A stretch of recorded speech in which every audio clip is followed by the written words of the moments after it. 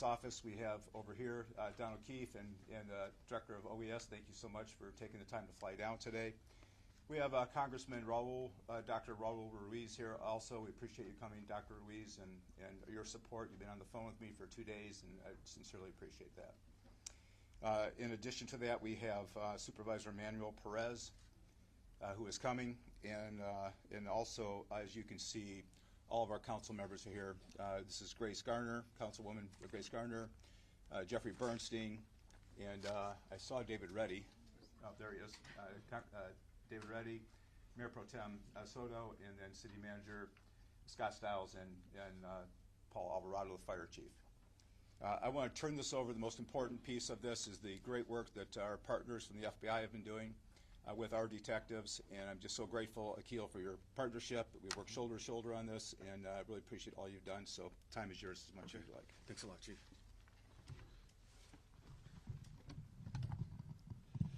Good morning. As Chief Mills said, my name is Akil Davis, the Assistant Director in charge of the FBI's Los Angeles Field Office. I'd like to begin by thanking the public as well as members of the media for your patience as we continue through this lengthy investigation. I'd like to start off by saying, due to the speed and professionalism of the Palm Springs Fire Department, Station 1, the Palm Springs Police Department, as well as the FBI bomb technicians, we were able to save all of the embryos at this facility. Good guys won, bad guys zero. They understood the sensitivity and the precious nature of what was inside, and they took extreme care to ensure that there was no loss of any sensitive material. Again, I want to thank all the partners that have arrived here in Palm Springs to help us investigate this scene and ensure this continued safety in this community. I'd like to address the ongoing search in 29 Palms that many of you asked me about yesterday. I can confirm that we're executing a search warrant at that location in 29 Palms as a result of this explosion here. As has been reported, some residents were evacuated in the neighboring area as a practice of protocol and safety. We do not believe that there's an ongoing threat to the public in the 29 Palms area as a result of this investigation. As I mentioned yesterday, our efforts to positively identify the deceased individual here has been found. We are fairly confident that that subject is Guy Edward Bartkiss, 25-year-old from, again, from, again, 29 Palms. This is the same individual that I had mentioned yesterday. However, due to our investigation, we were keeping some of that information close hold, but we are now releasing it to you today. The FBI's Joint Terrorism Task Force indicates that we believe he was the subject found near the vehicle. I also want to provide the vehicle information to you. He was driving a 2010 silver Ford Fusion sedan with license plate number 8, H as in Henry, W as in William, S as in Sam, 848. Again, that is license plate number 8 as in Henry, 8, H as in Henry, W as in William, S as in Sam, 848. That's critical because we need the public's help in identifying gaps in our investigation. We know where Mr. Bartkiss was at about 6 a.m.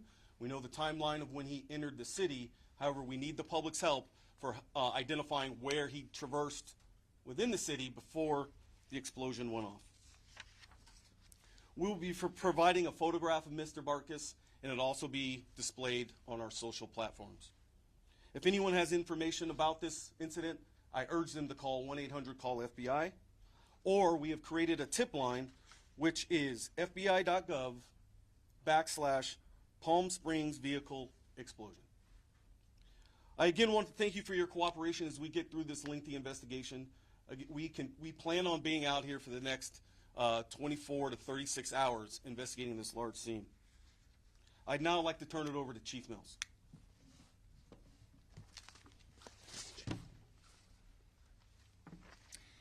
It goes without saying, at the end of this, we'll have opportunity for people to ask questions. Yesterday, a man intent on harming others in our city failed. Palm Springs survived, and we are stronger and more resilient as a result. Our determination to continue life as we know it here in Palm Springs continues unabated, and you'll see this city dynamically grow as a result of this.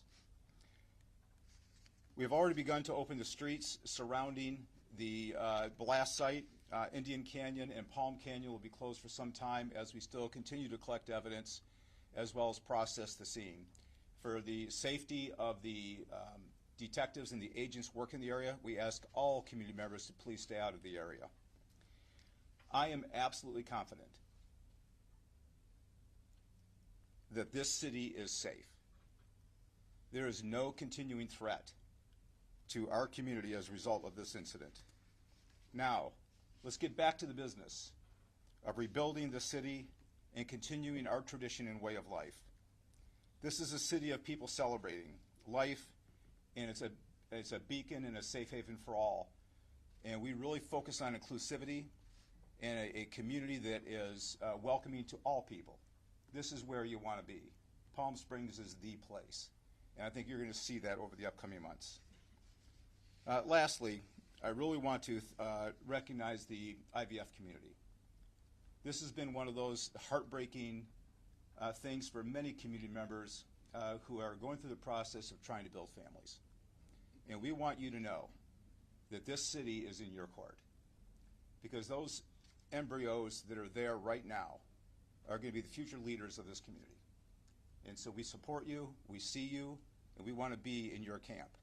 And so please, as we continue to move forward, this is an opportunity for us to show the IVF community just how much we support them and we can do. I'm asking all people in Palm Springs, the people who live here, the people who treasure this as a home, get on social media and show how wonderful this city is. Take a photo of the best place that you would like to show the world what's going on and post it, because that's how special this community is. I'd like to turn over to Fire Chief Paul Alvarado.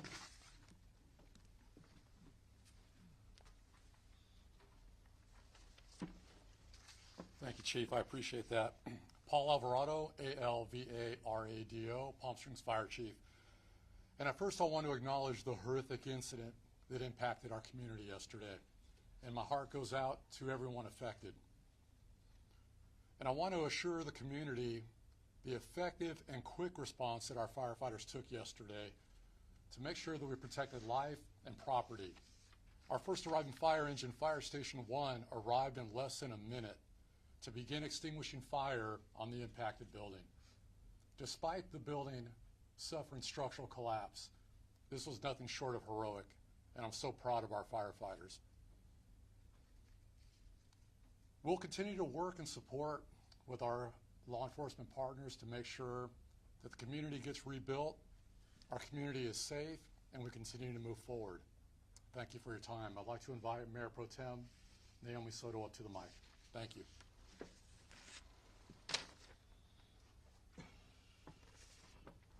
Good afternoon, or good morning. It feels like afternoon already.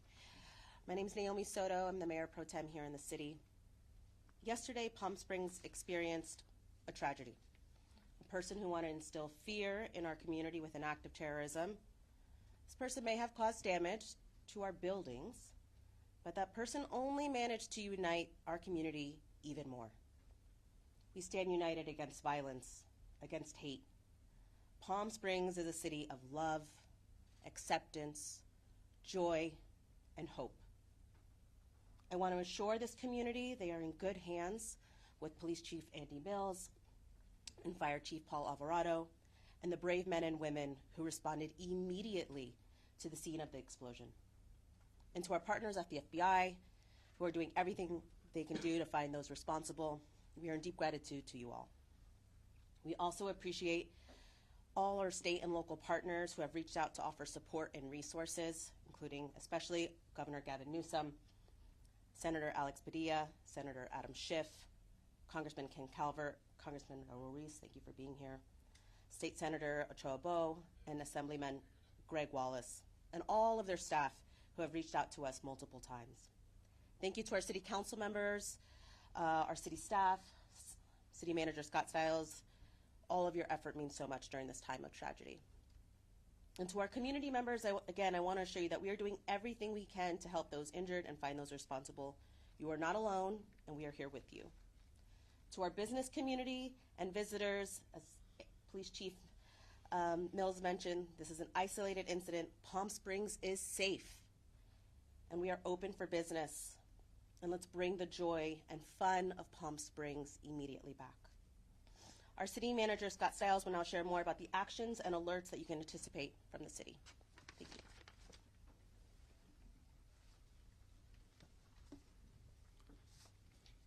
Thank you, Mayor Pro Tem. I'll be very brief, but just a few words, especially for our residents here in Palm Springs. We want to let you know that all of our city departments are working around the clock, 24/7, to be fully coordinated on everything we can do, from opening up streets as quickly as possible and to providing services and restoring services as quickly as possible. That involves all the coordination with our police department, our fire department, public works, who are all out there around the clock, and we will continue to do that. We hope to be opening streets up very soon as possible, and we'll continue to push that out. I do want to mention, especially for our residents, we've created a special landing page on our Engage Palm Springs platform, and that's where people can get all the latest up-to-date information that we're going to be putting out. So please go to that Engage Palm Springs website. Many of our residents are already watching it around the clock. The other thing I want to mention very briefly, with the horrific nature of this explosion, as you know, it damaged a great number of businesses and residential properties in and around the vicinity. We had our business teams out there yesterday going door to door to a lot of those businesses, a lot of those residential properties, and we're going to be moving forward as expeditiously as we can to doing everything we can to help them recover, whether it's waiving permits to get them up to speed, providing any resources, loans, grants, anything that might be available to people. We're going to be working on that with the greatest of speed. So we'll be continuing to reach out to them, and so we just want to thank all of our businesses, residents that were affected, and if you need to reach out to us, please reach out to us if you haven't spoken to us already. So with that, I'll turn it back over to the Assistant Director for any comments, questions. Okay, we'll open it up for a few questions. Chief, did you want to? Mark, did you have a question to start off with? I would ask Scott and anybody else in the city, a lot of people were impacted by this mentally, people who came up on the scene and saw horrific things. Would the city necessarily make any resources available to help people or guide people as they try to emotionally recover from this incident?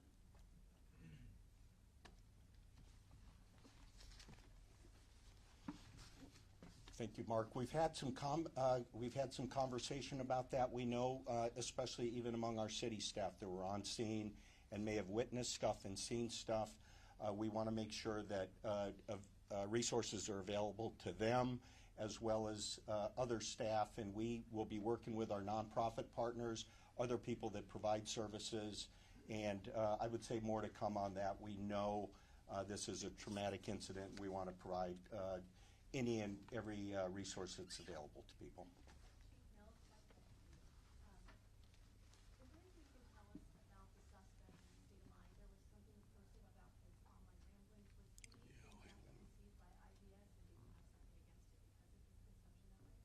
Yeah, I want to be very careful how we respond, so I'd like to keep it under one roof, and I'll have Assistant Director Davis respond to that. Thanks, Chief. So, yes, the subject had nihilistic ideations, and this was a targeted attack against the IDF facility. Make no mistake, we are treating this, as I said yesterday, as an intentional act of terrorism. So, is the audio recording on the Pro Mortalist website, is that confirmed to be the suspect? I'm not going to answer that at the time. Okay. Investigation's ongoing. Are you aware of a possible manifesto after the investigation? I am. We are looking through that. We are tracking a possible manifesto out there, and it's part of our ongoing investigation. And was this explosion being live streamed? We believe he was attempting to live stream it, and yes, that is also part of our investigation. Was it successful? Sir. NBC Palm Springs. Yesterday afternoon, we were contacted by an individual who was at the corner of Chiva and Palm Canyon at the time of the explosion. We were stopped at a red light with her. He got out of his car to see if there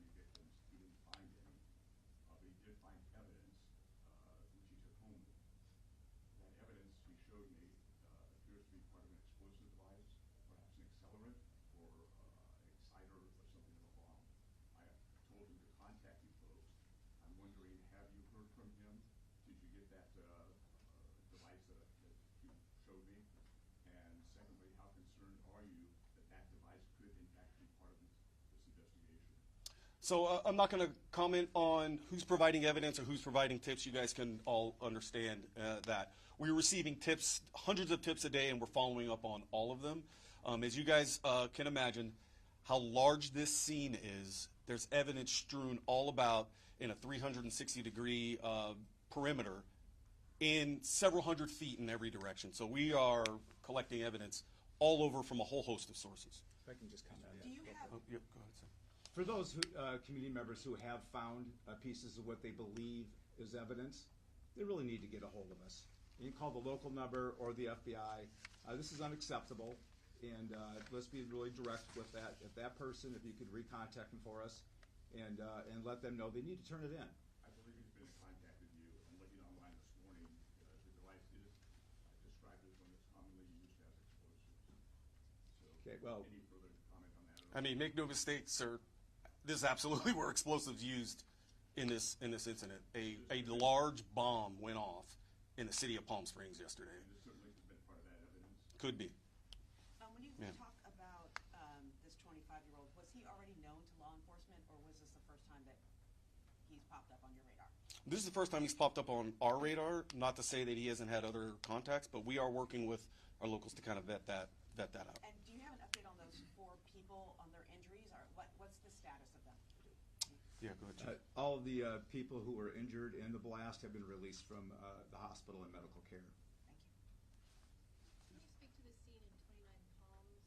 What I think some residents reported hearing an explosion there. Possibly was there a controlled explosion or anything there? And have the perimeters been lifted? Are people able to return to their homes? So it's an ongoing scene. I am aware of some of the noise that the residents were reporting on that. Some of that was due to us making entry into that residence and dealing with some of the material that we've come across there. But that's an active scene right now, and we're working through that. So I'm not going to comment further on the status of that. Assistant Director, Sir. Mr. David Sackboido here with KCAL News. Thank you for taking the time to be here in Palm Springs. To clarify, you said the person who died in this explosion is Mr. Barkas. Is Mr. Barkas who you believe made this bomb and detonated it? Yeah, so that's nuance there. So we are fairly confident that Mr. Barkas is our primary suspect, person of interest. We are working through some other technical means to positively identify the decedent here. But we believe at this moment, based on the evidence that we've gathered, that is Mr. Barkas as the decedent here. Has Barkas' mother and family cooperating with authorities? I'm not going to, no comment there. Assistant Director, Sir. Rogers here, CBS News. This Ford Fusion, 3,000 pounds, essentially creates this 250-yard blast site. Talk about the device that was inside this vehicle. Rudimentary, sophisticated, walk us through it. And so there's a lot there that's still under investigation. What I can say is this is probably the largest bombing scene that we've had in Southern California. This does eclipse the bombing matter in Aliso Viejo. It's that big. And just for reference, to throw pieces of vehicle hundreds of feet in the air and then several blocks away, you can use your imagine how big that bomb device was. Was this individual able to buy the products online? Did he have to use a special license, military grade? Walk us through how he obtained the materials for the device. And so that information is still part of our investigation, and in order to protect the integrity of it, I'm not going to comment on the how and the why yet. My question to you is, since you said the large amount of explosives that was used in that vehicle, could it be that the suspect was outside the vehicle, maybe didn't expect it to detonate as much as it did, because could he not have intentionally tried to kill himself? Yes, ma'am, that is a possibility, and our investigation will reveal. 2 more questions. Sir. Timothy Parker, Spectrum News 1. You mentioned that you believe this person was anti-IVF. How do you know that? Based on our investigation, some of the posts that he's made online, some of the comments made in his manifesto that we're combing through right now, is kind of what led us to that nihilist belief. Breaking News Channel 3. We had a reporter on scene up the 29 Palms area yesterday, and community members were telling her that there was an FBI presence there in the days leading up to that. Can you confirm that? I cannot. Okay, folks, that concludes this press conference. We're done, folks. Okay, guys. Thanks a lot. Thank you very much for Appreciate coming it. here. guys watch list yet at all whatsoever, or just some random? Everybody